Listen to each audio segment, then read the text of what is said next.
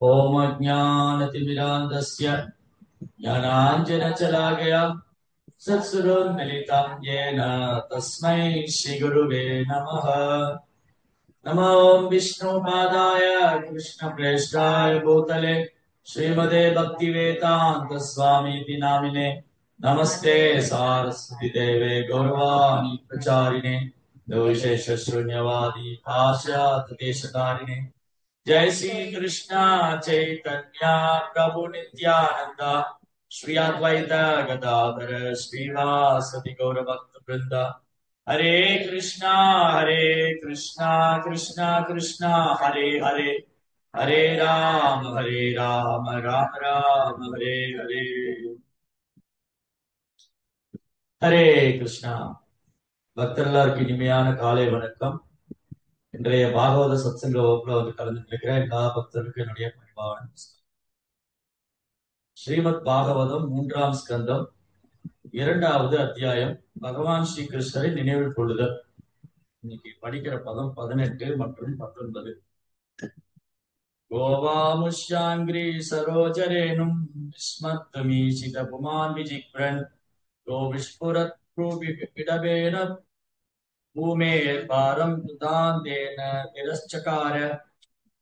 பகவானது தாமரை பாதங்களின் தூசியை ஒரு முறையேனும் முகர்ந்த பிறகு யாரால் தான் அதை மறக்க முடியும்? பகவான் கிருஷ்ணர் தமது புருவங்களை உயர்த்தியதாலேயே உலகிற்கு பாரமாக இருந்தவர்களுக்கு உயிரை போக்கவல்ல அவரது தாமரை பாதத்தை கொடுத்துள்ளார். திருஷ்டாபவத்பி நனுராஜசூயே சைத்யஸ்ய கிருஷ்ணம் திசதோ அபிசித்திஹி யாம் யோகினः சம்புஷ்யந்தி சம்யக் யோகேன கஷ்டத் விரகம் சகேத. சேத்திராஜன் சிசுபாலன் பகவான் ஸ்ரீ கிருஷ்ணரை வெறுத்த போதிலும் யோக பயிற்சியில் அவரால் எப்படி வெற்றி அடைய முடிந்தது என்பதை நீங்களே நேரில் கண்டீர்கள். உண்மையான யோகிகளும் கூட தங்களுடைய அநேக பயிற்சிகளின் மூலமாக இத்தகைய வெற்றியை அடைய பேராவல் கொண்டுள்ளனர். அந்த பகவான் ஸ்ரீ கிருஷ்ணரது தாமரை திருவடிகளை பிரிவதை யாரால் தான் சகித்துக் கொள்ள முடியும்? இது இந்த அத்தியாயத்தோட தொடர்ச்சி. உத்தவரும் விதுரரும் சந்திச்சுக்கிறாங்க. விதுரர் தன் தீர்த்த யாத்திரையின் போது உத்தவரை சந்திக்கிறார். 2 பக்தர்கள் சந்திச்சா என்ன பண்ணணுங்கிறத சொல்லி கொடுக்குறாங்க. நம்ம பெரும்பாலும் என்ன பண்ணுவோம்? நம்ம 2 பக்தர்கள் சந்திச்சா உங்க வீட்டுல என்ன நடந்தது, உங்க வீட்டுக்காரர் என்ன சொன்னாரு, உங்க மனைவி என்ன பண்ணாங்க, அங்க என்ன நடந்தது, இங்க என்ன நடந்தது, அந்த பக்தர் என்ன சொன்னாரு, இந்த பக்தர் என்ன சொன்னாரு, இதைத்தான் நம்ம பேசுவோம். நம்மை போல ஆரம்ப நிலையில் இருக்கிறவங்க அல்லது பயிற்சி செய்து கொண்டிருக்கிற பக்தர்கள். நமக்கான பாடம் தான் இங்க. பாகவதத்துல ஓரொரு ஸ்லோகமும் நமக்கான பாடம், அழகான பாடம். 2 பக்தர்கள் சேர்ந்தா என்ன பண்ணணும், என்ன பண்ணுவாங்க. சத் சங்கம் அல்லது பக்தர் சங்கம்னாலே பகவானை பற்றி பேசுறதுக்கும் பகவானை பற்றி கேட்கறதுக்கு தான். இதை நம்ம பண்ண தவறிட்டோம்னா என்ன ஆகும்னா அடுத்து உடனே பிரச்சனையாகும். முதல்ல விளையாட்ட ஆரம்பிப்பாங்க, அப்புறம் சண்டை போடும். இதுதான் நடக்கும். அதனால என்னைக்குமே கேலிக்கு கூட எப்படி இருக்கணும்னு கிருஷ்ணன் சொல்றாரு. அது ஒரு அளவுதான். ஹரே கிருஷ்ணா, அது கிருஷ்ண பக்தியில் என்ன கேலிக்க வேண்டி இருக்கு? முதல்ல கேலிக்கைக்கே இடம் இல்லை. காரணம், இந்த ஜட உலகம் அவ்வளவு ஆபத்தானது. சமாசுதாயே பத பல்வலப்ளவம் மகத் பதம் புண்ணிய யசோ முராரி பவாம்புதீர் வஸ்ஸ பரம் பதம் பதம் பதம் யத்வி பதம் நதேஷா. நம்ம வைக்கிற ஒரு அடியும் ஆபத்து தான். எப்ப என்ன நடக்கும்னு தெரியாது. எப்ப என்ன நடக்கும்,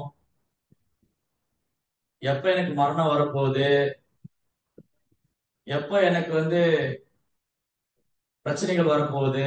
எனக்கு ஜட உலகமே துன்பம் நிறைந்ததுதான். துக்காலயம் சாசி. இந்த துன்பம் நிறைந்த இடத்துல ஏதாவது கேளிக்கை எல்லாம் பேசி விளையாட்டு பேசி அப்படி நேரத்தை ஓட்டிடலாம நினைக்க கூடாது. கிருஷ்ணர் மேல நினைவை நிறுத்துறதுக்கு என்ன பண்ணணும்னு யோசிக்கும். கிருஷ்ண உணர்வுல பக்குவமாகிறதுக்கு, கிருஷ்ண உணர்வுல முன்னேற்றம் அடைறதுக்கு என்ன பண்ணணும்? அதுக்குதான் பக்தர் சங்கம். பக்தர் சங்கத்துடைய முக்கியமான குறிக்கோளே நம்முடைய ஸ்மரணத்தை கிருஷ்ணர் மேல அதிகரிக்கும். பக்தரோட சேரும் போது இன்னைக்கு பாகவத்துல என்ன படிச்சீங்க, இன்னைக்கு என்ன கிளாஸ் கேட்டீங்க, நாமத்தை பத்தி உங்களுக்கு ஏதாவது மகிமை தெரிஞ்சா சொல்லுங்களேன். இந்த மாதிரி ஆன்மீக முன்னேற்றத்துக்கான கேள்விகள். அதுக்குதான் மெயினா பக்தர் சங்கம். அசோசியேஷன் அதுக்குதான்.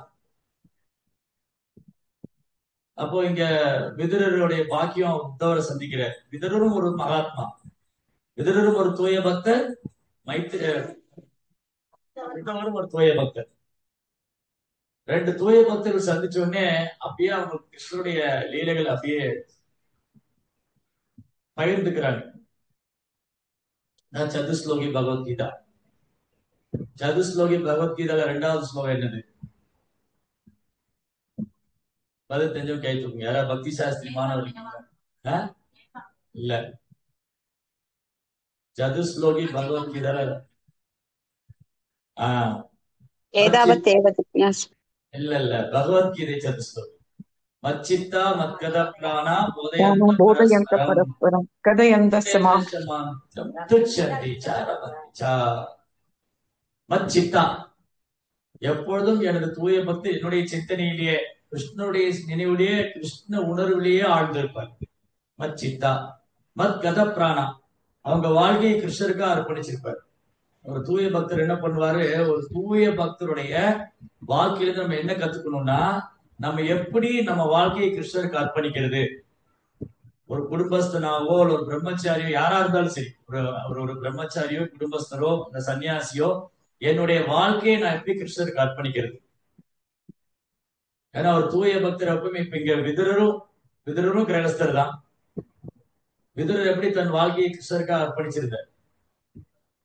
கிருஷ்ணருக்காக தன் வாழ்க்கையை அர்ப்பணிக்கிறதுனா கிருஷ்ண உணர்வுல இருக்கிறது, கிருஷ்ணருக்காக செயலாற்றுறது.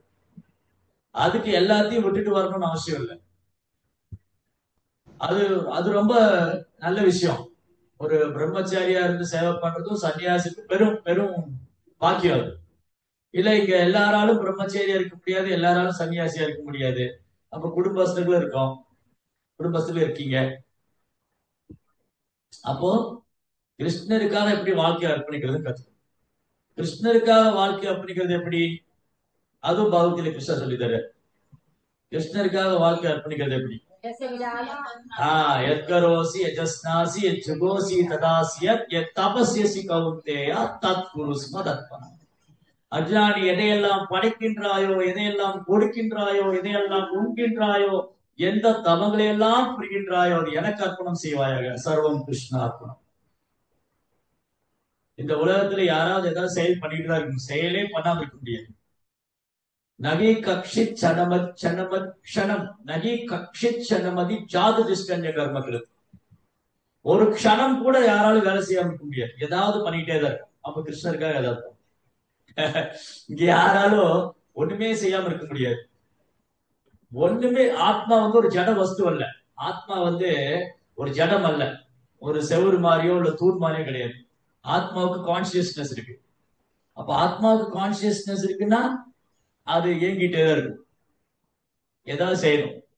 அப்ப எத்கரோசி, நீ ஏதாவது செய்யா எனக்காக செய். எத்கரோசி, நீ என்ன செஞ்சாலும் எனக்காக செய்.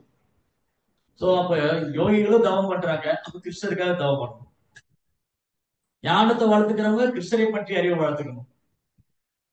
அதே மாதிரி வழிபடுறவங்க கிருஷ்ணரை வழிபடணும். சோ எத்கரோசி எஜஸ் ஞாசி, நீ எதையாவது சாப்பிடதான் போற. இங்க இந்த உலகத்துல சாப்பிடாம இருக்க முடியுமா? சாப்பிடாம யாராலும் உயிர் வாழ முடியாது. ஜெய ஜெகநாத் பலதேவ் சுபத்ரமையா கி. ரொம்ப அபூர்வமான யோகிகள் தான் சாப்பிடாம இருப்பாங்க. அதனால சாப்பிடாம இருக்க முடியாது. சோ கிருஷ்ணருக்காக செய்து அந்த பிரசாதத்தை எடுக்கலாம். தேஜஸ்ஞாசி, நீ என்னெல்லாம் படைக்கின்றாய். இந்த உலகத்துல ஏதாவது உற்பத்தி பண்ணிட்டு தான் இருக்காங்க, என்னெல்லாம் உற்பத்தி பண்றோமோ அது கிருஷ்ணருக்காக கொடுக்கலாம். நிர்பந்தே கிருஷ்ண சம்பந்தே யுக்த வைராக்கியம் வச்சது. என்ன தயார் பண்ண அது கிருஷ்ணருக்காக பண்ணலாம். எத்கரோசி யஜஸ்நாசி யஜ்ஜுகோசி ததா எத் தபஸ்யசி கௌந்தேயா. ஓ புத்தியின் மகனே, எந்த தவங்களை எல்லாம் நீ செய்யறாயோ அது எனக்கு அர்ப்பணம் செய்வாயாக. சோ இங்க யாருமே எதுவுமே செய்யாம இருக்க முடியாது. இங்க யாராவது எதையாவது பண்ணிக்கிட்டு தான் இருக்காங்க. கடவுள் இல்லைன்னு சொல்றவங்க கூட ஒரு தலைவரை வழிபடுறாரு. கடவுள் இல்லைன்னு சொல்ற ஒருத்தன் அவன் தலைவரை வழிபடுறான். அப்ப அவனால வழிபடாம இருக்க முடியாது. ஆனா அவன் வழிபாடு தவறா இருக்கு, தப்பான வழி, அவிதி பூர்வகம், அறிவில்லாம வழிபடும். அதே மாதிரி கிருஷ்ணரை சரணடையாதவங்க தேவதை வழிபடுறாங்க, அதுவும் அவிதி பூர்வகம், அவித்யா. அவங்களும் அறிவு இல்லாம வழிபடுறாங்க. ஏ அந்நிய தேவதா பக்திய யஜந்தே ஸ்ரத்தையான்விதா எபி மாமேவ கௌந்தேயா யஜந்தி அவிதி பூர்வம். கிருஷ்ணன் என்ன சொல்றாரு? அதாவது இங்க யாரும் வழிபாடு பண்ணாம இருக்கிறது இல்ல. அப்ப தேவதை வழிபடுறவங்க இருக்காங்க. முதல்ல நாத்திகன் எடுத்துக்கோ. நாத்திகன் என்ன பண்றான்? கடவுள் இல்ல, கடவுளை வழிபடுறது, சிலையை வழிபடுறீங்க, அது மூட நம்பிக்கைங்கிறான். ஆனா அவங்க தலைவருக்கு சிலை வச்சு வழிபடுறான். அப்ப அதை எதுல சேர்த்துக்கிறது? அது அடி முட்டாள்தனத்துக்கு முட்டாள்தனம், பரம முட்டாள்தனம் சொல்லலாம், பரம முட்டாள்தனம். ஆனா அவங்க என்ன சொல்றாங்க? ஒரு பாருங்க, கோயில்ல போய் சிலையை வழிபடுறாங்க. அவன் மடையனா இருக்கான், முட்டாளா இருக்கான், அதனால அவனுக்கு தெரியல. ஓகே, நாங்க கிருஷ்ணருடைய விக்கிரகத்தை வழிபடுறோம், நீங்க உங்க தலைவரை வழிபடுறீங்க, அதுக்கு பதில் இல்ல. நீங்க தான் அதெல்லாம் மூட நம்பிக்கைன்னு சொல்றீங்களே. அன்னைக்கு பேசிட்டு இருந்தோம் இல்லையா? சரி, கடவுள் இல்லைன்னு சொல்ற, நான் கடவுளை பற்றி உனக்கு என்ன பிரச்சனை இல்லையா? ராமர் கிடையாது, கிருஷ்ணர் கிடையாதுன்னு அப்படி ஒத்துக்கிறியா? ராமர் கிருஷ்ணர் இருக்காங்க. இந்த மாதிரி முட்டாள்கள் ஒரு பக்கம். இன்னொரு பக்கம் தேவதை வழிபடுறவங்க இருக்காங்க. தேவதை வழிபடுறவங்க அவங்களும் மறைமுகமா கிருஷ்ணர் தான் வழிபடுறாங்க. யஜந்தி அபிதி பூர்வம் யஜ்ஞப்ய தேவதா பக்தா யஜந்தே ஸ்ரத்தையான்விதா தேவி மாம் ஏவ கௌந்தேயா. புத்தியின் மகனே, என்னைத்தான் அவங்க மறைமுகமா வழிபடுறாங்க. ஏன்னா தேவர்கள் எல்லாமே பகவானுடைய அன்புறுப்புகள் தான், பகவானுடைய அம்சம் தான். எனக்கு உங்களுடைய கண்ணு ரொம்ப பிடிச்சிருக்குங்க, உங்க கண்ணு ரொம்ப பிடிச்சிருக்கு அப்படின்னா யாருடைய கண்ணு இது? என்னுடைய கண்ணு இல்லையா? இப்ப என்னை பார்த்துட்டு உங்க கண்ணு எனக்கு ரொம்ப பிடிச்சிருக்கு ஒருத்தர் சொல்றாரு, அதனால உங்க கண்ணை தான் நான் வழிபடுவேன். அந்த கண்ணுடைய சொந்தக்காரி யாரு? இந்த நபர் இல்லையா? அது மாதிரிதான் நான் ஒரு தேவதையை வழிபடுறேன். அந்த தேவதையை படிச்சது யாரு? அந்த தேவதைக்கு சக்தி கொடுத்தது யாரு? அந்த தேவதை மூலமா வரம் கொடுக்கறது யாரு? அவன் மறைமுகமா கிருஷ்ணர் தான் வழிபடுறான். இப்ப யாராவது என்னுடைய கண்ணை புகழ்றாங்கன்னு வச்சுக்கோங்களேன். ஓ, ஜெகதானந்தோட கண் இப்படி இருக்கா அப்படி இருக்குன்னு கண்ணை புகழ்றாங்க. அப்ப என்ன அர்த்தம்? மறைமுகமா என்னதான் புகழ்றாங்க இல்லையா? ஏன்னா அந்த கண்ணுக்கு சொந்தக்காரன, அந்த கண்களுக்கு நான் சொந்தக்காரனா இருக்கிறதுனால அவங்க மறைமுகமா என்னதான் புகழ்றாங்க. என் கண்ணை புகழ்ந்தா என்ன புகழ்றதா அர்த்தம் இல்லையா? அதே மாதிரிதான் ஒருத்தர் தேவதையை புகழ்றாங்க, தேவதை வழிபடுறாங்க, மறைமுகமா கிருஷ்ணர் தான் புகழ்றாங்க, மறைமுகமா கிருஷ்ணர் தான் வழிபடுறாங்க. யஜந்தி அவிதி பூர்வகம், யஜந்தி அவிதி பூர்வகம். அப்போ இங்க யாராலும் வழிபாடு செய்யாம இருக்க முடியாது, எல்லாரும் வழிபடுறாங்க. பௌத்த மார்க்கத்துல நிர்வாண கொள்கை, கொள்கையுள்ள பௌத்த மதத்துல என்ன பண்றாங்க? புத்தரை வழிபடுறாங்க. பாருங்க, அப்ப வழிபாட்டை யாராலும் நிறுத்த முடியாது, தடை செய்ய முடியாது.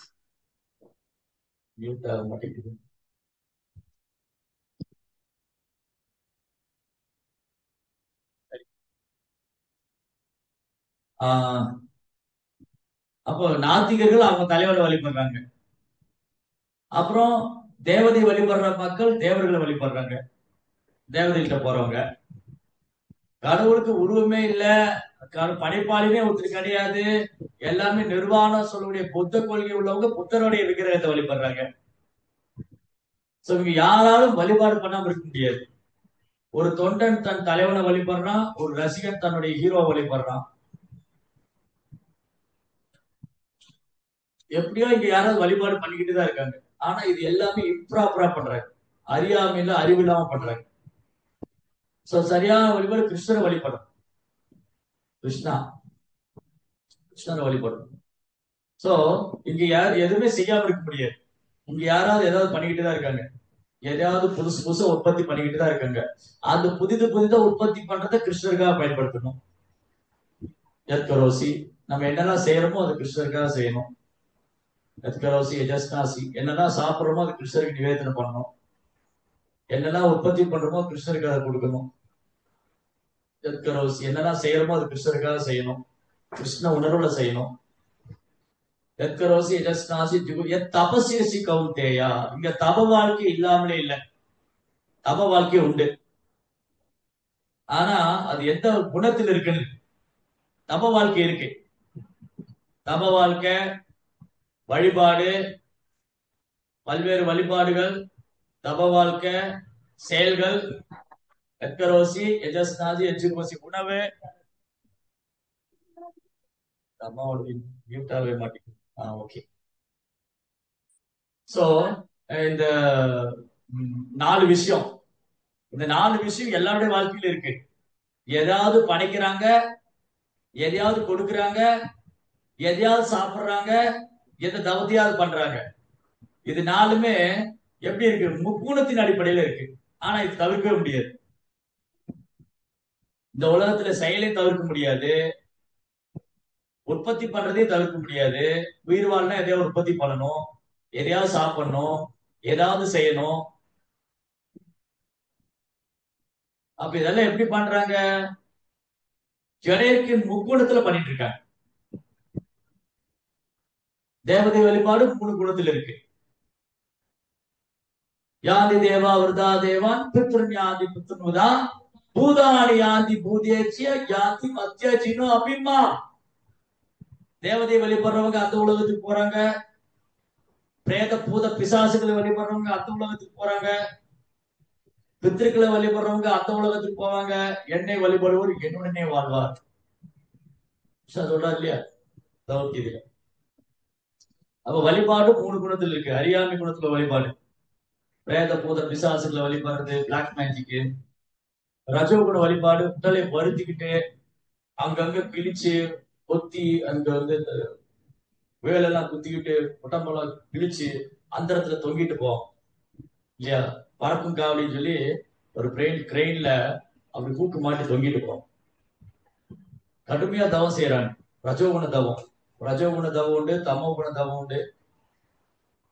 வழிபாட்டுலயும் ரஜோகுண வழிபாடு, தமோ குண வழிபாடு. சோ கிருஷ்ணன் என்ன சொல்றாரு? இதெல்லாம் கடந்து வரணுங்கிறார். இந்த முக்குணத்தையும் கடந்து வரணும். திரைகுண்ய விஸ்வவேதா நிஸ்திரை குண்யோபவார்ஜுனா. இது பாகவதம் கிளாஸா பகவத்கீதை கிளாஸா? ஒரே பகவத்கீதை ஸ்லோகம் இருக்கு. இதான் பகவத்கீதை பாகவத்தை நீங்க பிரிக்க முடியாது, டெஃபரன்ஷியேட் பண்ண முடியாது. சோ முக்குணத்துக்கு அப்பாற்பட்டு செயல்படணும்னு சொல்லிச்சுன்னா, ஏன்னா அந்த 3 குணம் நம்ம கட்டுப்படுத்த முடியும். அதனாலதான் கட்டுண்ட வாழ்க்கையில இருக்கும். கட்டுண்ட ஆத்மா, பந்தப்பட்ட ஆத்மா. இந்த 3 குணங்கள் நம்ம பந்தப்பட்ட நிலையில வச்சிருக்கோம், கட்டுண்ட நிலையில. அதனால கிருஷ்ணருக்காக செயலாற்றும் அல்லது கிருஷ்ண உணர்வு செயலாற்றும். அதுக்குதான் கிருஷ்ண பக்தி இயக்கம். பிரபுபார் என்ன கத்துக் கொடுக்கிறார்? எப்படி நம்ம கிருஷ்ண உணர்வுல செயலாற்றுறது, கிருஷ்ணருக்காக செயலாற்றுவது. அதுக்குதான் பாகவதம், அதுக்குதான் பகவத்கீதா. அப்ப 2 பக்தர்கள் சந்திக்கும் போது எதை பேசணும், எதை கேட்கணும், என்ன செய்யணும். விதரரும் உத்தவரும் சந்திக்கிறாங்க. 2 பேரும் மகாத்மாக்கள். மச்சித்தா எப்பவும் கிருஷ்ணாவுடைய சிந்தனையிலே இருக்காங்க. அவங்க வாழ்க்கை எப்பவும் கிருஷ்ணருக்கு அர்ப்பணம் பண்ணி இருக்காங்க. இப்படிதான் இருக்கணும். விதுரர் அவருடைய கடமையை செய்து கொண்டிருந்தாலும் கிருஷ்ண உணர்வுலயே இருந்தார். பிறப்பால அவர் ஒரு மகாத்மா, பிறப்பால் ஒரு சூத்ரானின் பையன். பிறப்பால் சூத்ரானின் பையனா இருந்தாலும் அவருடைய செயல், அவருடைய எண்ணங்கள், அவர் சிந்தனை எல்லாம் மகாத்மாக்கான. அப்ப மகாத்மாக்கான அறிகுறி என்ன?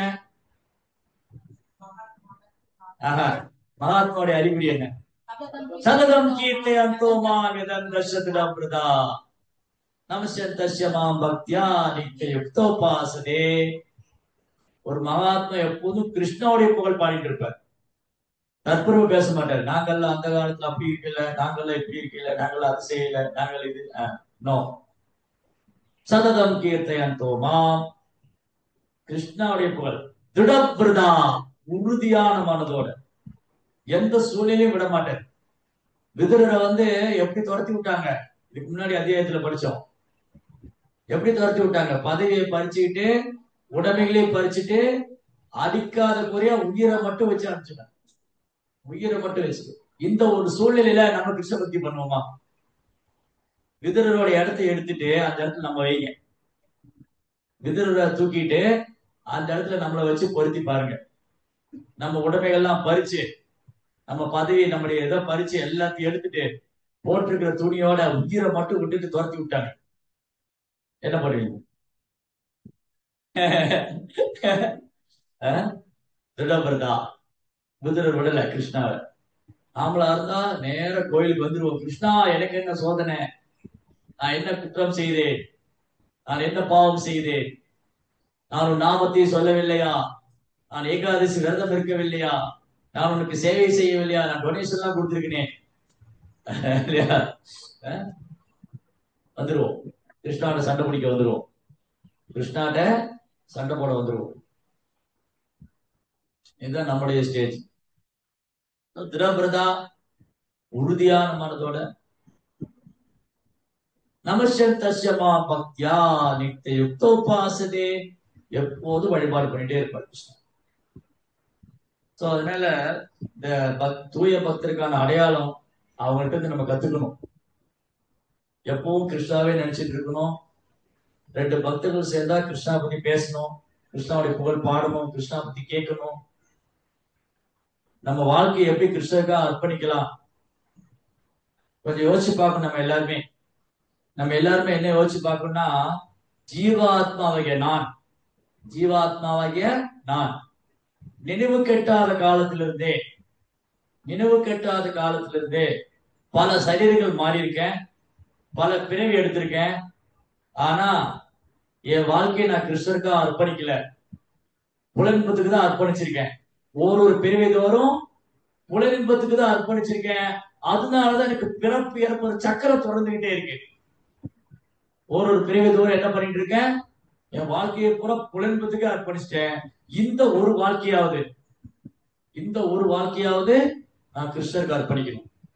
நான் கிருஷ்ணருக்கு திரும்பி போகணும். இந்த புலன்ப விஷயத்துக்கு ஒரு முற்றுப்புள்ளி வைக்கணும். இந்த புலன்ப வாழ்க்கைக்கு பிறப்பிறப்பு சக்கரத்துக்கு ஒரு முற்றுப்புள்ளி வைக்கணும், புல் ஸ்டாப் வைக்கணும்.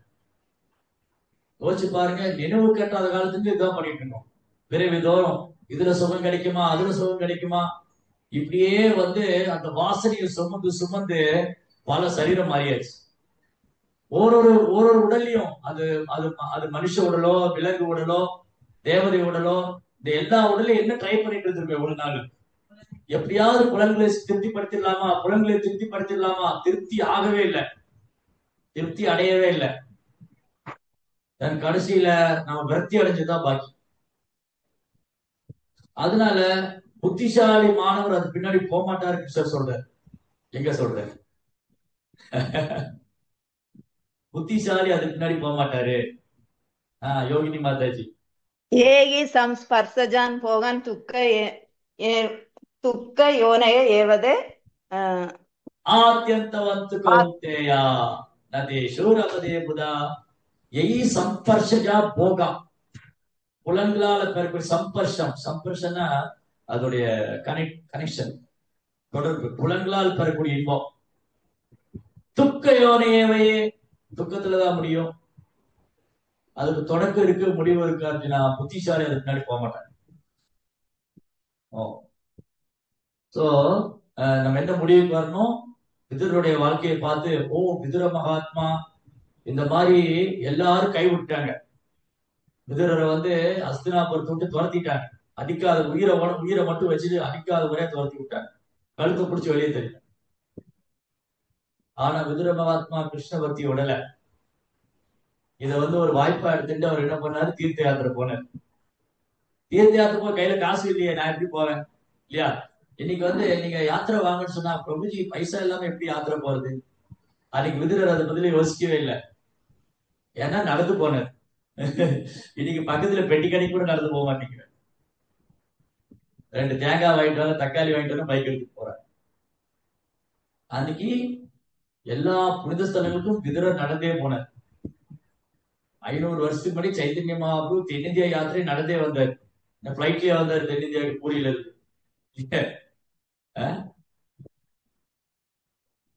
சோ தீர்த்த யாத்திரை போறதுக்கு பைசாவும் பிரச்சனை இல்லை.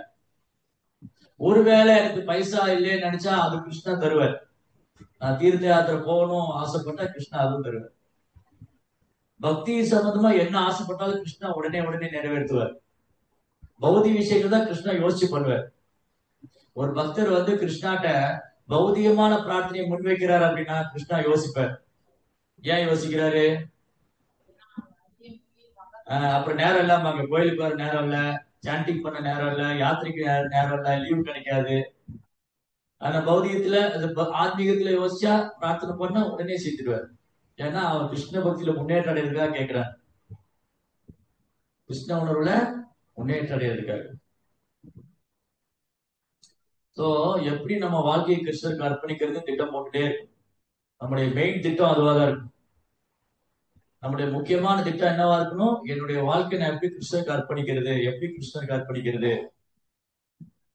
இந்த ஒரு வாய்ப்பை விட்டுட்டோம்னு வச்சுக்கோங்களேன், யோசிச்சு பாருங்க. நம்ம எல்லாருக்கும் மனித பிறவி கிடைச்சிருக்கு. இந்த மனித பிறவியை நான் எப்படி கிருஷ்ணருக்கு அர்ப்பணிக்கிறேங்கிறத விட்டுட்டோம்னா முடிஞ்சுது, அவ்வளவு. இனி ஒரு வாய்ப்பு கிடைக்குமா தெரியாது. ரிஸ்க் தான், ரிஸ்க் தான். கிருஷ்ண பக்தி பண்றவங்களுக்கு ஒரு வேலை பக்தியை விட்டு விலகுனா இன்னொரு மனித பிறவி கிடைக்கலாம். அட்லீஸ்ட் ஒரு கேரண்டி. அட்லீஸ்ட் கேரண்டி என்னன்னா, ஓகே நான் இப்ப கிருஷ்ண பக்தியை பயிற்சி பண்ணிட்டு இருக்கேன், ஒருவேளை நான் ஒழுங்கா பண்ணல, அரை வரையா பண்ணி நான் பக்தி விட்டு விலகிட்டேன், ஆனாலும் அடுத்த பிரிவில் எனக்கு மனித பிரிவாவது கிடைக்கும். மற்றவங்களுக்கு அதுவும் கேரண்டியே இல்லை, உத்தரவாதம் கிடையாது. ஆனா அந்த ரிஸ்க நான் ஏன் எடுக்கணும்? இன்னொரு பிறவி ஏன் எடுக்கணும்? இங்கேயே இப்பவே இங்க வாழ லாய்க்கில்லாத மாதிரி ஆக்கிட்டாங்க. இப்பவே கலியுகம் தொடங்கி 5000 வருஷம் இருக்கு. இப்பவே இந்த பூமியில நம்ம வாழ்றதுக்கு தகுதி இல்லைன்னு ஆக்கிட்டாங்க. என்னென்ன தகுதி இல்லைன்னு ஆக்கிட்டாங்க? சாப்பிடுற உணவு விஷம், சாச்சிக்கிற காற்று சுத்தம் இல்ல, நிலத்தை மலடாக்கியாச்சு, தண்ணி எல்லாம் போயிடுச்சு, நீர் குற்றைய தேக்கங்கள்லாம் அழிச்சாச்சு, சாக்கடை ஆக்கியாச்சு, காற்று சுத்தம் இல்ல, அவ்வளவுதான், முடிஞ்சது லைஃப். இன்னைக்கு லைஃப் ஸ்பேன் என்னது? ஆயுள் காலம் 100 வருஷம் கூட வாழ முடியல. 60, 70, 40, 50 பொட்டு பொட்டு பொட்டுன்னு போயிடும். அதனால இனி ஒரு தடவை இங்க வந்தா வாழ முடியுமா டவுட் தான். இப்பவே போராடிட்டு இருக்காங்க ஒரு. இப்பவே நம்ம உயிர் வாழ்றதுக்கு போராடும். உயிர் வாழி பிரபா சொல்றாரு, the living entity struggling for their existence, lord it over the material nature, and they want to struggling for their existence. They want to lord it over the material nature, but they are struggling for their existence. உயிர் வாழி என்ன பண்றாங்கன்னா, நம்ம என்ன பண்ணிட்டு இருக்கோம்? பிரபா சொல்றாரு, இந்த ஜட உலகத்தை எப்படியாவது அடக்கி ஆளணும்னு பாக்குறோம். ஆனா உயிர் வாழிய தன் வாழ்க்கையை தக்க வச்சுக்கதான் போராடிட்டு, தன் வாழ்க்கைய தக்க வச்சுக்க போராடிட்டு. இதுதான் ப்ராப்ளம். சோ மச்சிதா மக்கத பிராண போதையந்த பரஸ்பரம், ஒருவருக்கொரு உபதேசம் பண்ணிட்டு கிருஷ்ணனுடைய கதைகளை பேசிட்டு அதை சொல்றவங்க கேட்கிறவங்க 2 பேரும் ஆனந்தம், சந்தோஷமா இருக்கலாம். பக்தர் சங்கத்துல வந்தா கூட சந்தோஷமா இருக்க மாட்டேங்கிறாங்க. ஏன்னா கிருஷ்ணரை பத்தி பேச மாட்டேங்கிறாங்க. அதான் பிரச்சனை. ஏன் பிரபு பக்தர் சங்கத்துல தான் வந்தேன், ஏன் சந்தோஷமா இல்ல, ஏன் சோகமா இருக்கீங்க? அது அவங்க அப்படி சொல்லிட்டாங்க, இப்படி சொல்லிட்டு. நீங்க கிருஷ்ணரை பத்தி ஏன் பேசல? கிருஷ்ணரை பத்தி பேசினா ப்ராப்ளமே வராது. கிருஷ்ணா பத்தி பேசினா பிரச்சனையே வராது. இருக்கிற ப்ராப்ளம் சால்வ் ஆயிடும், இருக்கிற பிரச்சனையை தீர்ந்து போயிடும். கிருஷ்ணா பத்தி பேசினா பண்ண மாட்டேன். பிரபா என்ன சொல்றாரு, Krishna cause is the only solution for all the material problem. Krishna உணர்வை பின்பற்றுவது எல்லா பௌதிக பிரச்சனைக்கும் நிரந்தரமான தீர்வுன்னு. அந்த பிரச்சனை என்னது? பயிற்சி பண்றதா பிரச்சனை, பிராக்டிஸ் பண்றதா பிரச்சனை. சோ இங்க ரொம்ப அழகான மீட்டிங். 2 பேரு விதுரரும் உத்தவரும் சந்திச்ச உடனே அவங்களுக்கு ரொம்ப சந்தோஷம். விதுரரை பார்த்தோன்னே உத்தவருக்கு மலரும் நினைவுகள். ஏன்னா விதுரர் கிருஷ்ணரை பார்த்திருக்காரு, அவர் அஸ்தினாபுரத்துல இருந்திருக்காரு, அங்க நடந்த விஷயங்கள்லாம் தெரியும். இப்போ என்ன பண்றாரு? உத்தவர் அதெல்லாம் நினைவுபடுத்துறாரு. கிருஷ்ணாவுடைய தாமரை பாதத்தை பத்தி சொல்றாரு முதல்ல உத்தவர். கோவா முஷ்யாங்கிரி சரோஜரேனும் விஸ்மர்துமீசித உமான் விஜிக்ரன் யோ விஸ்புரத் புவிடுமேன பூமே பாரம் பிரதாதேன திரஷ்டகார. பகவானது தாமரை பாதங்களின் தூசியை ஒரு முறையே நுகர்ந்த பிறகு யாரால் அதை மறக்கும்? ஒரு தடவை பகவான் கிருஷ்ணனுடைய தாமரை பாதங்களை சன்னடிச்சிட்டாங்கன்னா, அதை அனுபவிச்சிட்டாங்கன்னா யாரால அதுல இருந்து விலக முடியாது. அவ்வளவு சக்தி வாய்ந்தது, அவ்வளவு கருணை வாய்ந்தது பகவானுடைய தாமரை திருப்பாதம். பகவானுடைய தாமரை திருப்பாதம் ரொம்ப கருணை வாய்ந்ததுக்கான புராணங்கள்ல நிறைய உதாரணம் இருக்கு. எதாவது தெரியுமா? பகவானுடைய தாமரை திருப்பாதத்தை ஒரு முறை தரிசனம் செய்துட்டாலே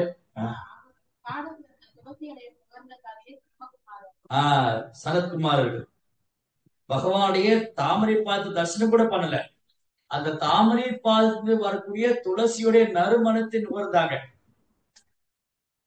எப்படி? அப்ப பாத தரிசனம் பண்ணா பரமநடி பாடிங்கிற ஆண்டாள் நாச்சியார் பரமநடி பாடு பகவானுடைய தாமரை திருப்பாத்து புகழ்ந்து பாடணும். பிரபுஜி அகல்யா தாமரையுடைய பாதம், அகல்யை பகவானுடைய தாமரை பாதம் பட்டோன்னே அகல்யைக்கு மோட்சம். சவைமன கிருஷ்ண பாதாரவிந்தை. சவைமன கிருஷ்ண பாதாரவிந்தை. அம்பரீஷ் மகாராஜ் பகவானுடைய தாமரை பாதத்தின் பிரார்த்தனை செய்திருக்கிறார்.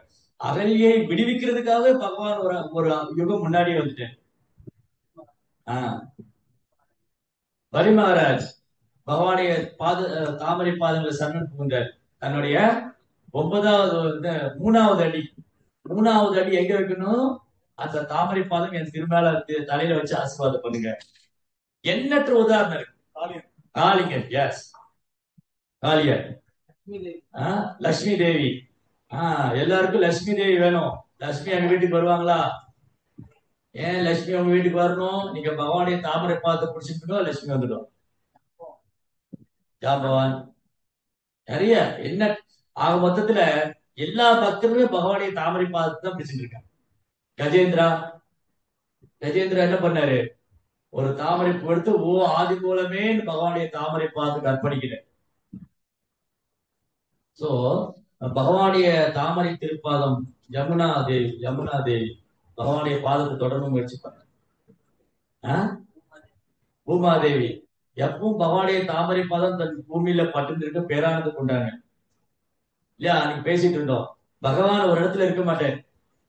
அவர் மதுரால வந்தாரு, மதுரால இருந்து பிருந்தாவனம் போனார், பிருந்தாவன்ல இருந்து திரும்பி மதுரா வந்தாரு, மதுரால திரும்பி வந்து துவாரகை போனாரு, துவாரகையில இருந்து அஸ்தினாபுரம் வந்தாரு. பாண்டவர் காட்டுக்கு போனது அவங்க கூடயே போயிட்டாரு. ஆனா யாருக்கு பகவானுடைய அசோசியேஷன் எப்பவுமே இருந்தது? பூமாதேவி. மற்றவங்க எல்லாருக்கும் அவங்களை விட்டு பிரிஞ்சிருவாரு. அவங்க கூட கொஞ்ச நாள் இருப்பாரு, பிரிஞ்சிருவாரு. இவங்க அவங்களெல்லாம் நினைச்சு அழுதுட்டே இருப்பாங்க. பகவான் என்ன பண்ணுவாரு? மதுரால தோன்றினார். வசுதேவரும் தேவியை விட்டுட்டு பிருந்தாவனம் போயிட்டாரு.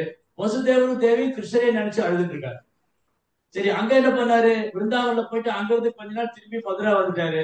பிருந்தாவன வாசியில் கிருஷ்ணரை நினைச்சு அழுதுட்டு இருந்தார். அப்புறம் அங்கிருந்து மதுரையில திரும்பி துவாரகா போனார். துவாரகையில இருந்து அஸ்தினாபுரம். எங்க போனாலும் எல்லாத்தையும் அழ வச்சுட்டு இருக்கிறதா வேலை. எங்க போனாலும் எல்லாத்தையும் அழ வைப்பாரு. அப்ப ஆன்மீக உலகமே வேண்டாம், அங்க போனா அழணும். பரவாயில்லையா? ஆன்மீக உலகத்துக்கு போனா அழணும். ஆனா அந்த அழுகை ஆனந்தமானது. ஏன்னா கிருஷ்ணரை நினைச்சு அழறது. இங்க கிருஷ்ணரை மறந்தனால்தான் அழுதுட்டு இருக்கிறோம். இந்த ஜட உலகத்துக்கு நம்ம ஏன் அழறோம்? கிருஷ்ணரை மறந்தனால அழறோம். நீ ஏன் அழற? கிருஷ்ணரை மறந்தனால அழற. அது கூட தெரிய மாட்டேங்குது. இன்னைக்கு ஜீவாத்மா இந்த பூமியில அழறாங்க இல்லையா? நம்ம வாழ்க்கையில யாராவது ஒரு தடவை அழுதுருக்கும். சிலர் வாழ்க்கையில தினமும் அழுதுட்டு இருக்காங்க. சிலர் தினமும் அழறாங்க, இல்ல ரூம் போட்டு அழறாங்க, சில வாரத்துல ஒரு தடவை தான் அழுறாங்க. ஏன் அழறாங்க? கிருஷ்ணரை மறந்ததுனால அழறாங்க. இப்ப உத்தவர் கண்ணுல இருந்து ஏன் கண்ணீர் வருது? கிருஷ்ணருடைய பிரிவுனால கண்ணீர் வருது. பிருந்தாவனத்து கோபிகள் ஏன் அழறாங்க? கிருஷ்ணரை பிரிஞ்சதுனால அழறாங்க. சோ அந்த பிரிவுனால வரக்கூடிய ஆனந்த கண்ணீர் அது பகவான் மேல அன்பு அதிகரிக்கும். இந்த ஜட உலகத்துல அழுக நமக்கு துக்கத்தை தான் அதிகரிக்கும், துக்கத்தையும் வருத்தத்தையும் அதிகரிக்கும். ஆனா கிருஷ்ணருடைய பிரிவுனால வரக்கூடிய அழுகை இருந்து கிருஷ்ணன் மேல இன்னும் அட்டாச்மெண்ட் அதிகரிக்கும்.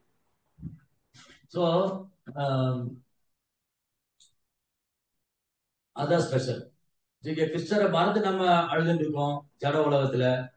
கிருஷ்ணரை மறந்ததுனால அழறோம். பௌதிக விஷயங்கள் கிடைக்கலையே, திருப்தி அடையலையே, என்ன இது சொல்லிட்டாங்க, என்ன அது சொல்லிட்டாங்க, என்ன அப்படி திக்கிட்டாங்க, என்ன அதாயிடுச்சு இதாயிடுச்சு, சோ மெனி ரீசன்.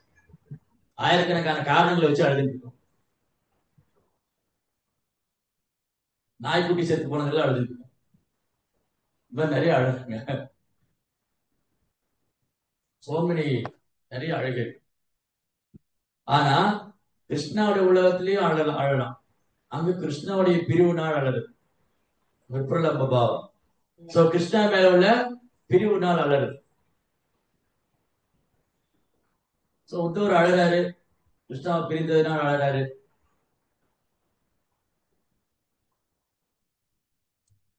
சோ பகவானுடைய தாமரை பாதம் இருக்கே, அது அவ்வளவு கருணை வாய்ந்தது.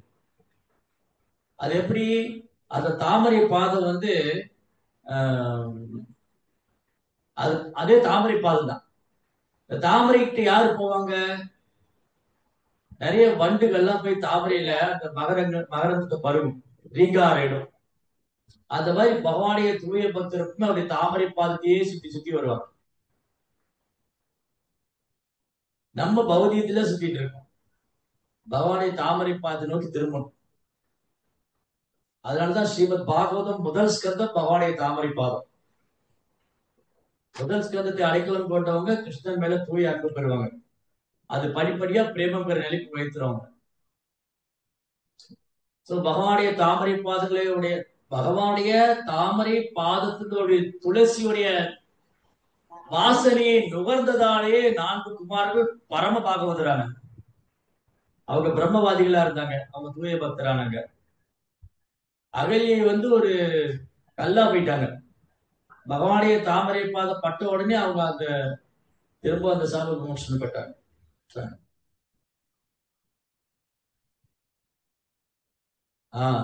பகவானுடைய தாமரை பாதம் இருக்கே, அதுதான் பாகவதம் சொல்லுது எப்படின்னு.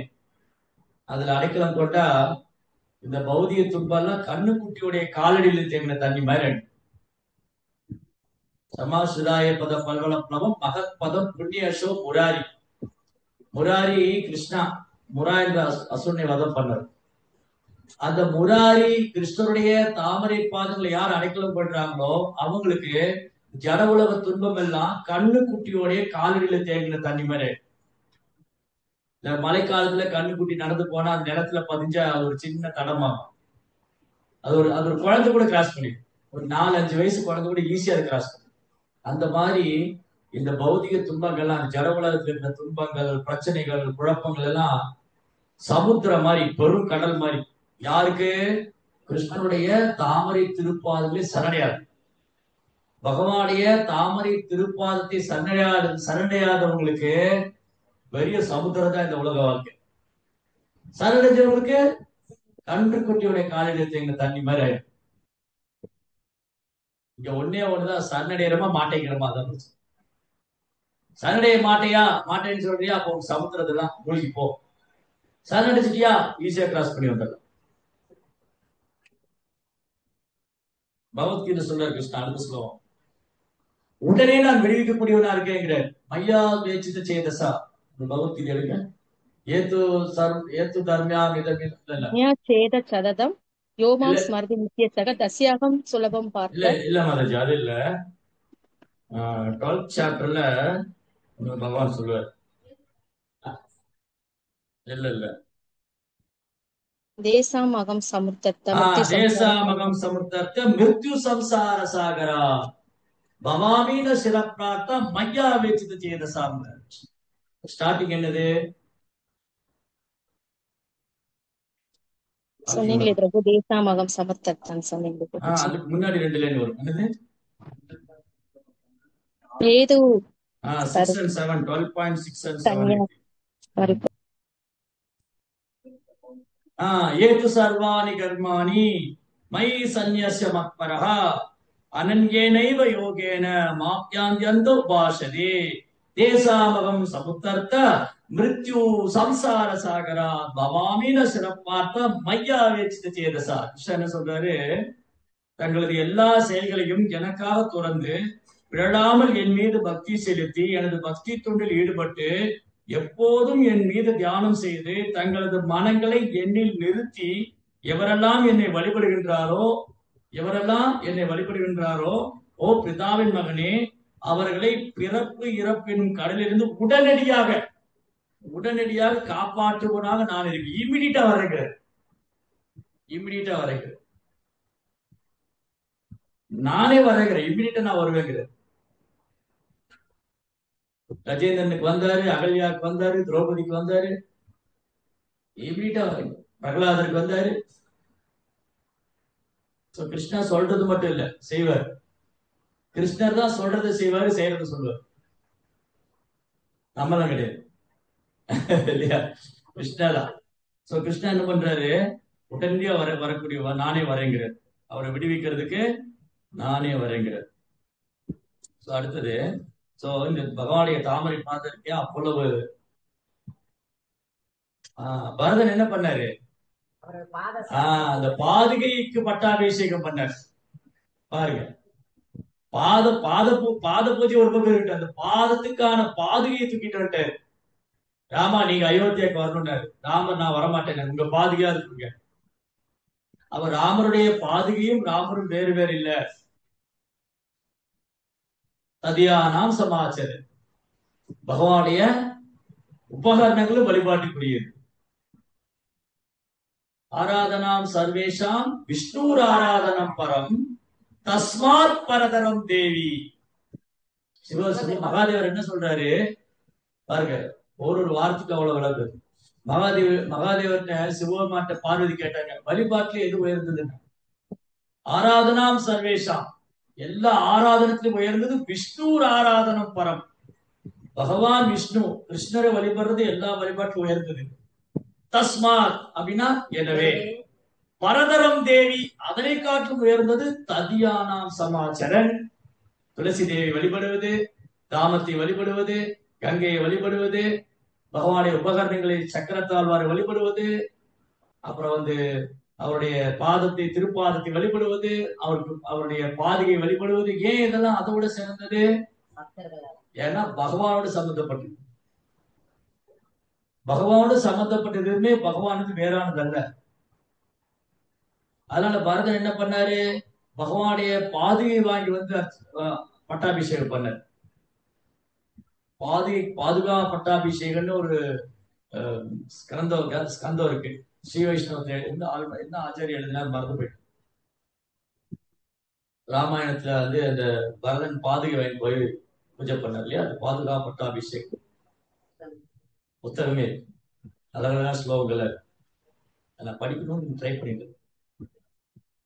இப்படி ரொம்ப அழகழகான வர்ணனைகள்.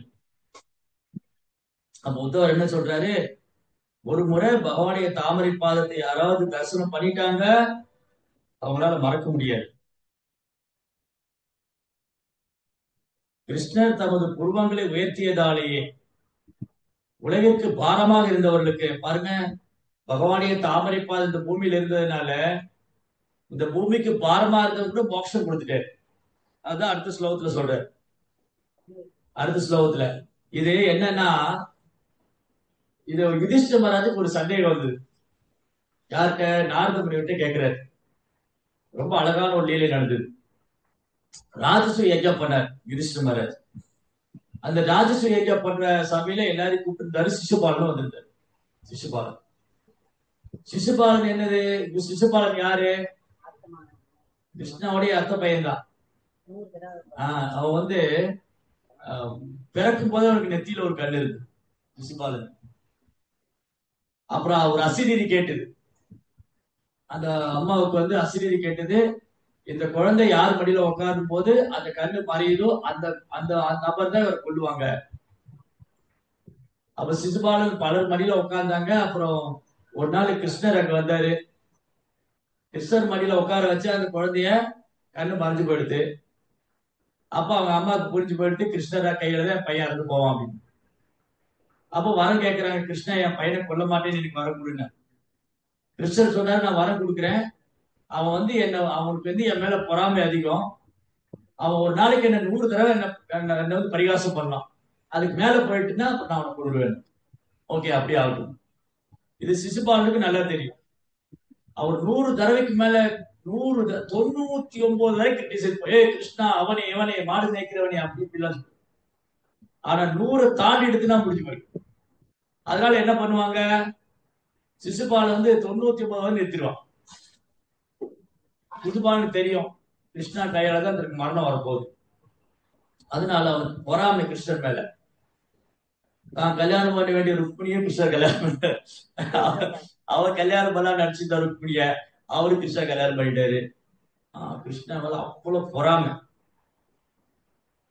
ஜட உலகத்துல ஜீவாத்மா இங்க இருக்கிறது கிருஷ்ணன் மேல உள்ள பொறாமை தான்.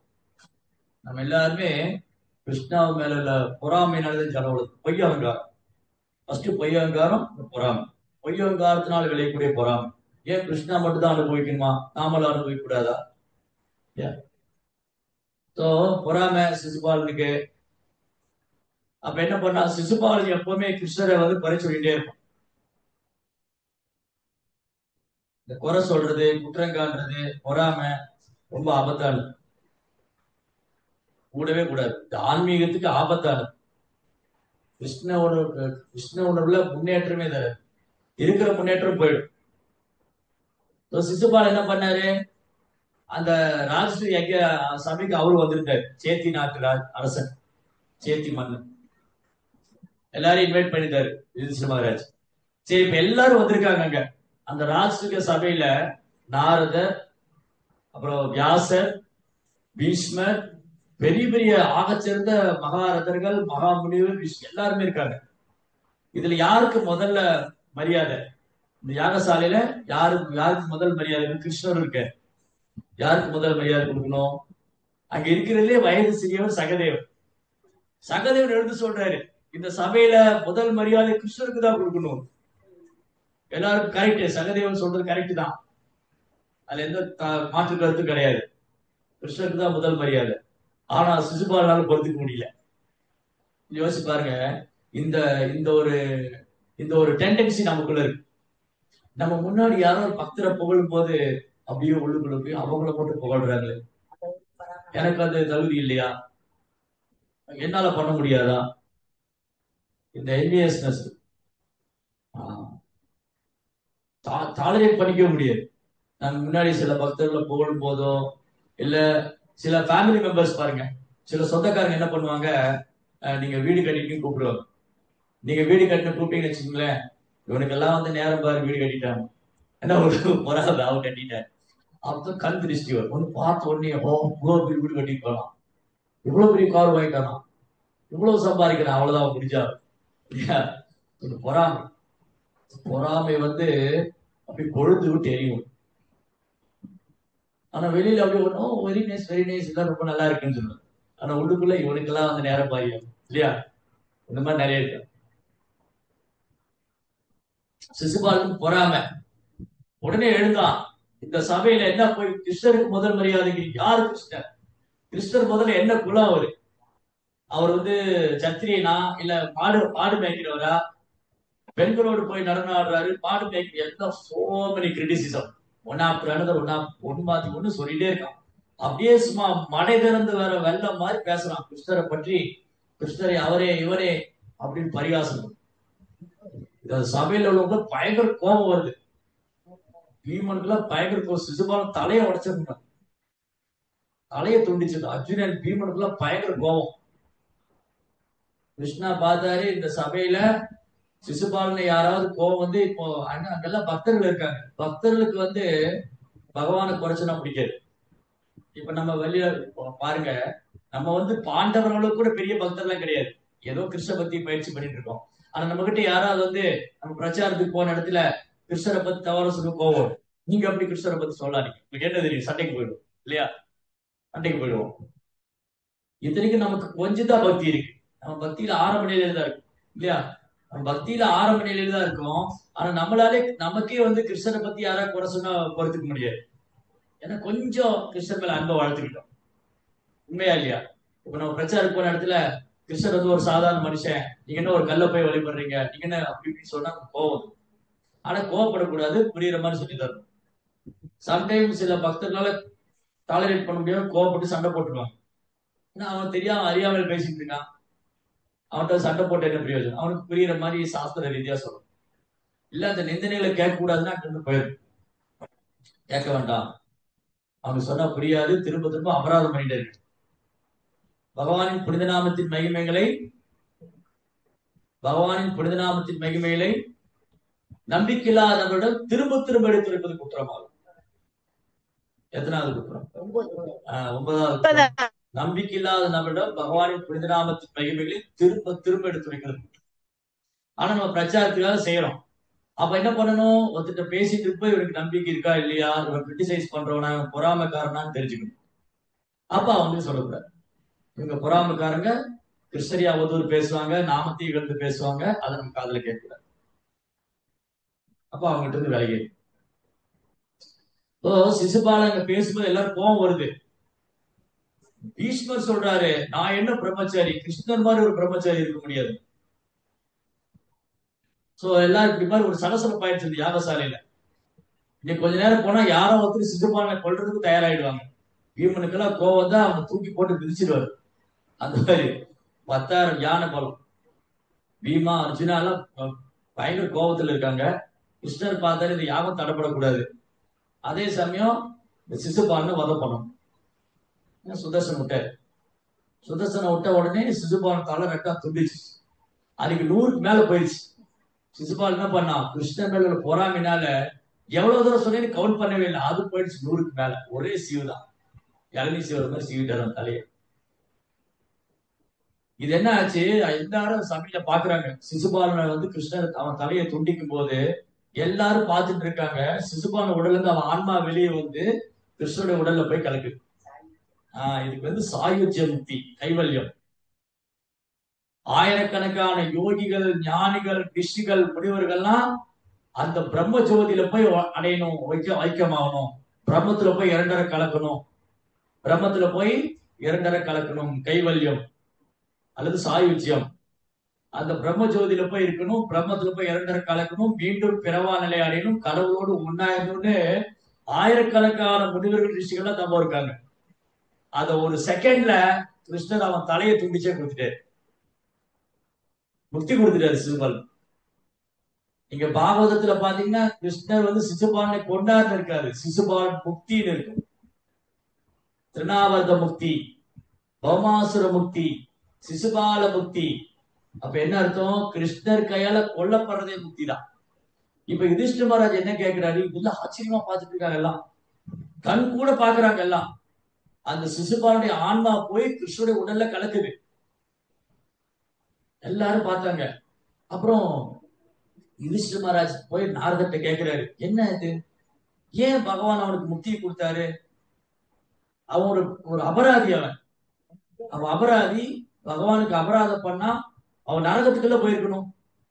சிசுபாலன் பகவானுக்கு அபராதம் பண்ணா அவன் நரகத்துக்குள்ள போயிருக்கணும். அவனுக்கு போய் கிருஷ்ணர் முக்தி கொடுத்தாரு, ஏன் இப்படி பண்றாரு கிருஷ்ணா? ஏன் அவனுக்கு முக்தி கொடுத்தாரு? அவன் முக்தி அடைச்சிருக்க கூடாது. அப்ப நாரதர் என்ன சொன்னாரு? இல்ல, சரி, அது ஒண்ணு ஓகே, அது ஓகே. சரி, சிசுபாலன் எப்போ கிருஷ்ணரே நினைச்சிட்டு இருந்தாரு, சரி, அதனால பொறாமைக்காரனுக்கு முக்தி கொடுத்துடலாமா? இப்போ ஒருத்தர் பொறாமைனால கிருஷ்ணரை திட்டிகிட்டே இருக்காரு, அதனால நீங்க போய் அவங்க சங்கத்துல இருப்பீங்களா? இவர் ரொம்ப நல்லா கிருஷ்ணரே நினைச்சிட்டு இருக்காரு, ஆனா பொறாமையில கிருஷ்ணர் பேசிட்டு அவர் கூட போயிருப்பீங்களா? இருப்போமா நம்ம? சரி, ஓகே, ஜெயன் விஜயன், அது பேக்ரவுண்ட் ரீசன். மெயின் ரீசன் என்ன? ஏன் கிருஷ்ணா சிசுபாலனுக்கு முக்தி கொடுத்தாரு? யோகினி மாதாஜி. காரணமற்ற கருணை, அது சொல்லலாம் பிரபு. அப்புறம் பகவான் எல்லா உயர்ந்தவங்க தாழ்ந்தவங்க அப்படின்ட்டு அவங்களோட குழந்தைதான். எஸ், நாரத முனி என்ன சொன்னாரு? செவன்த் சாப்டர்ல இருக்கு இந்த பாஸ்ட். ஏன்னா எண்ணிகசிபு குற்றம் சொல்லுவார். எண்ணிகசிபு என்ன குற்றம் சொல்லுவாருன்னா, இந்த விஷ்ணு எப்பவுமே தேவர்களுக்கே சப்போர்ட் பண்றாரு, அசுரங்களை கொள்றாரு, அசுரங்களுக்கு எதிரா இருக்கிறாரு, அதனால விஷ்ணு ஒருதலை பட்சமானவர். சிசுபால் எண்ணிகசிபுடைய ஸ்டேட்மெண்ட் என்னன்னா, இந்த விஷ்ணு எப்பவுமே அசுரர்களை எதிர்க்கிறாரு, அசுரங்களை அழிக்கிறாரு, தேவர்களுக்கே சப்போர்ட் பண்றாரு, ஒருதலை பட்சமான சமமானவர் இல்ல, எல்லோருக்கும் சமமானவர் கிடையாது, எப்பவுமே அசுரங்களை விரோதியா பாக்குறாரு, தேவர்களை தான் நண்பர்களா பாக்குறாரு, இப்படி எல்லாம் குறை சொல்லுவார். அப்ப நாரத முனி என்ன சொல்றாரு, பகவான் அப்படி இல்ல. பகவானை பொறுத்த வரைக்கும் ஏன் ஏன் வந்து ஏன் வந்து இப்படி தோணுது நமக்கு இப்போ, ஏன் வந்து என்னை கஷ்டம் இப்படி தோணுச்சு, விஷ்ணு ஒரு தலை பட்சமா இருக்காரு, அவரு தேவர்களுக்கு மட்டுமே சப்போர்ட் பண்றாரு, அசுருக்கு சப்போர்ட் பண்றதுன்னு என்னை கஷ்டம் சொல்றாரு. சரி, அவன் அசுரன் சொல்றான். ஆனா யுதிஷ்டிர மகாராஜ் என்ன பாக்குறாரு, ஏன் வந்து கிருஷ்ணா அவனுக்கு முக்தி கொடுத்தாருன்னு கேக்குறாரு. ஏன் வந்து சிசுபாலனுக்கு முக்தி கொடுத்தாரு, அவன் வந்து நரகத்துக்குள்ள போகணும்.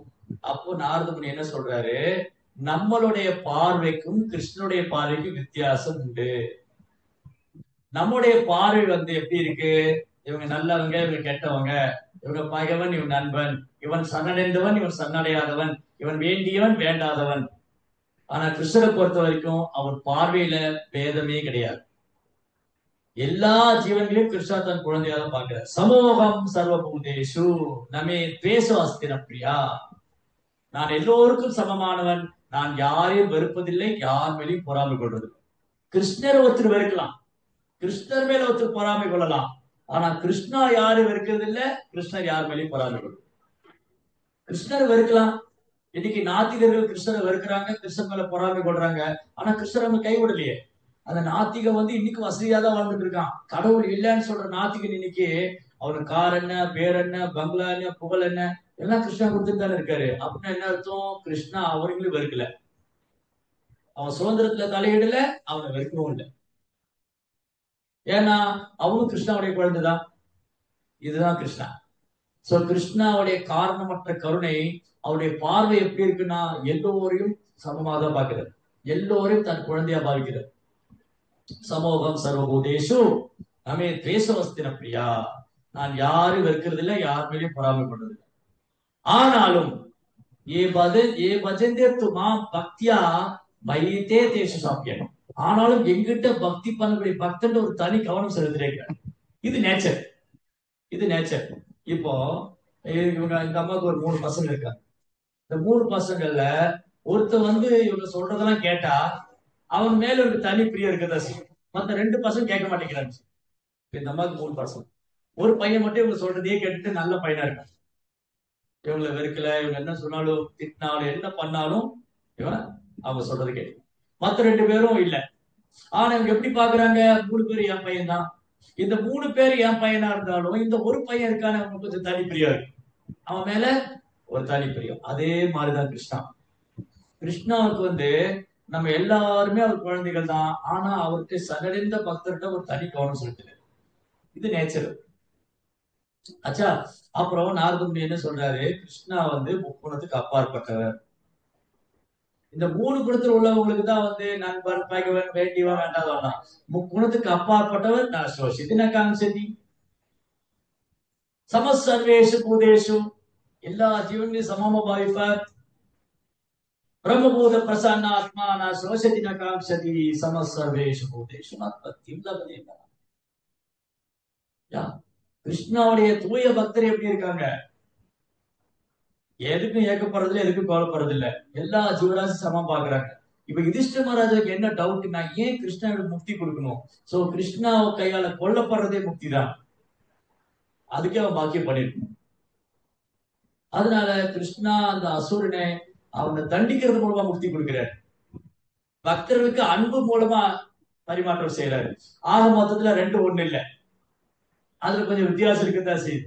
சிசுபால் அடைஞ்ச முக்திக்கும் யசோதாமா நந்தமரா கிருஷ்ணன் மேல வச்ச அன்புக்கும் வித்தியாசம் இருக்கு, மலையளவு வித்தியாசம் இருக்கு. சிசுபால் என்ன பண்ணாரு, பிரம்மஜோதிக்கு போயிருக்கலாம்.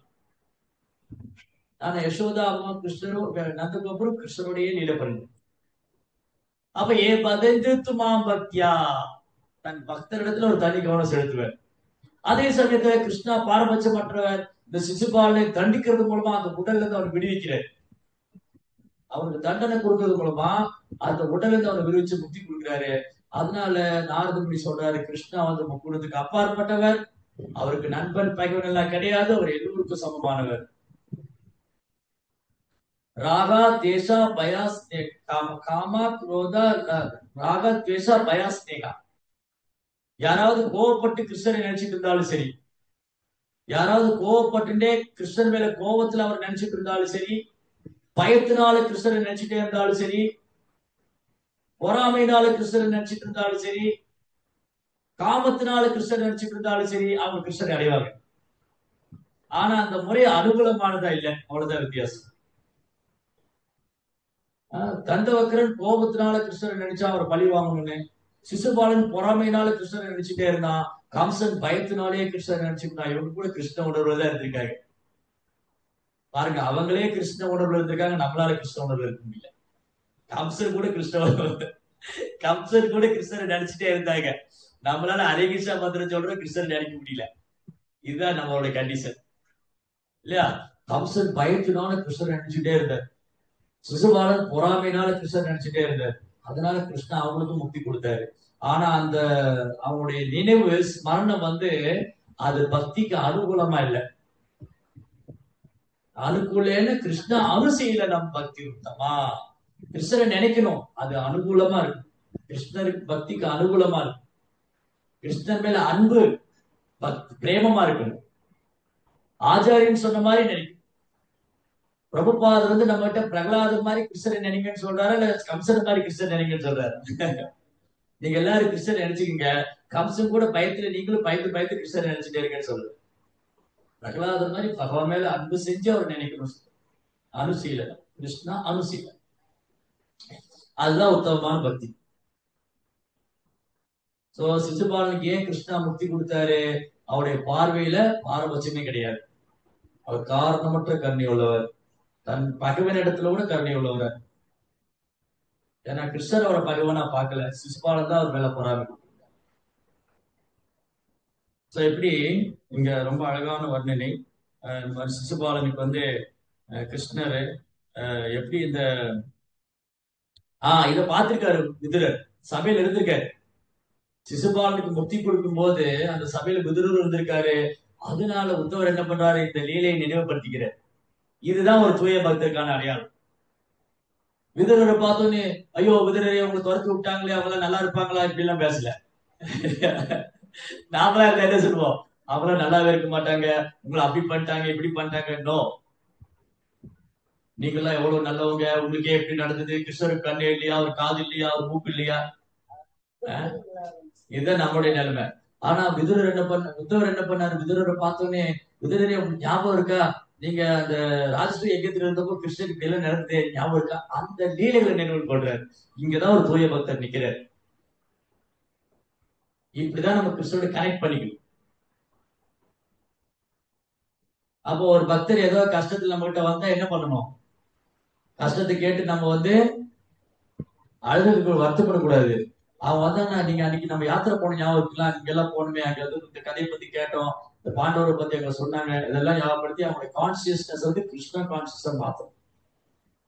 சம்டைம் பக்தர்களும் சில துக்கத்துக்கு ஆளாகலாம், சில நண்பர்களால, உறவினர்களால, ஏன் பக்தர்களால கூட பக்தர்கள் துன்பம் வரலாம். ஜன உலகமே துன்பம் இதுதான். அப்ப என்ன பண்ணணும்? அதுக்கு அருமருந்து கிருஷ்ணனுடைய கதைகளை கேட்பது, கிருஷ்ணனுடைய லீலைகளை நினைவில் கொள்வது. அப்போ இந்த கதைகளை எடுத்து படி பாருங்க. விதுரர் எப்படி எல்லாம் இருந்திருக்காரு, விதுரரை பார்த்துன்னு உத்தவர் எப்படி அன்பு பரிமாற்றம் செஞ்சாரு, அவங்க எப்படி கிருஷ்ணருடைய லீலைகளை பகிர்ந்து 2 பேரும் ஆனந்தம் அடைஞ்சாங்க. கிருஷ்ணாவுடைய லீலைகளை நினைத்த மாத்திரத்துல எல்லா கஷ்டங்களும் விலகிடும். இப்ப பனிக்காலம் ஆயிடுச்சு, சூரியன் வந்தோடனே பனி மறைஞ்சு போயிடுது. பனி இருக்கும், முட்டா நிற்கும் பனி எல்லாம், புல்கள் மேல அங்கெல்லாம் பனி இருக்கும். சூரியன் வந்தோடனே இந்த பனி விலகிடும். அந்த மாதிரி கிருஷ்ணாவை நினைத்த மாத்திரத்துல எல்லா கஷ்டங்களும் துன்பங்களும் சூரியனை கண்ட பனி போல விளையும். சோ தங்களுடைய அநேக பயிற்சியின் மூலமாக இத்தகைய வெற்றி அடைய பெறாமல் கொண்டிருக்காங்க. இந்த யோகிகள் ஞானிகள்லாம் இவ்வளவு கஷ்டப்படுறாங்க, பிரம்மத்துக்கு போகணும், பிரம்மஜோதியில ஒன்றாகணும். அந்த பிரம்மத்துக்கே ஆதாரம் பகவான் கிருஷ்ணர் தானே, அவருடைய உடல்களுடைய தேஜஸ் தானே. அந்த உடல்ல தானே சிசுபாலன் போய் ஐக்கியமானாரு. அதனால கிருஷ்ணனுடைய தாமரை திருப்பாதங்களை சரணடைவது அது ஒன்றுதான் நமக்கு ஒரே அடைக்கணும். அதுதான் கஷ்டமா இருக்கு. கிருஷ்ணனுடைய தாமரை திருவடியை சரணடைறது தான் கஷ்டமா இருக்கு. அப்ப என்ன பண்ணணும்? கிருஷ்ணாவுடைய தாமரை திருவடியை சரணடைய பண்ணணும். ஹரே கிருஷ்ணா கிருஷ்ண கிருஷ்ண ஹரே ஹரே ஹரே ராம் ராம் ராம் ஹரே ஹரே. பகவானுடைய தாமரை பாதத்துக்கும் அவருடைய நாமத்துக்கும் வித்தியாசம். நாமத்தில் நாம சரணடையும் போது அந்த நாமம் நமக்கு பகவானுடைய தாமரை பாதத்தை கொடுக்கும். இது இந்த ஹரிநாமம் இருக்கு இல்லையா, அது பகவானுடைய அனைத்து லீலைகளும் அவருடைய நாம ரூப குணாதிசயங்களை வெளிப்படுது. நம் புலன்களை கிருஷ்ணனுடைய செயலில் ஈடுபடுத்தும் போது, அதனால மகாமந்திரம் தான் நமக்கு ஒரே அடைக்கலம். இப்ப பகவானுடைய தாமரை பாதம் நம்ம கண்ணிலிருந்து விலகி, பூமியிலிருந்து விலகியாச்சு. ஆனால் விக்கிரகத்துல தாமரை பாதம் இருக்கு. இந்த பகவானுடைய தாமரை பாதம் விக்கிரகத்தை தரிசனம் பண்ணலாம். அந்த தாமரை பாதம் மனதில் நிக்கணுமே, பகவானுடைய தாமரை பாதத்தை மனதில் நிறுத்தணுமே. அப்ப அங்க மனசு தூய்மையா இருந்தா பாதம் வந்து நிற்கும். மனது தூய்மையாகணுமே, அப்ப நாம ஜெபிக்கணும். அந்த நாமத்தை எவ்வளவு சந்தையோட கவனமா குற்றங்களை தவிர்த்து சொல்றோமோ, அப்ப நம்ம இதயத்துல பகவானுடைய தாமரை திருப்பாதம் நடனம் ஆடும். கிருஷ்ணர் நடனம் ஆடுவார் நம்ம இதயத்துல, நாக்குல நடனம் ஆடுவார்னு சொல்றாரு உபோஷம். பாகவதம் கி ஜெய. ஏதாவது கேள்விகள்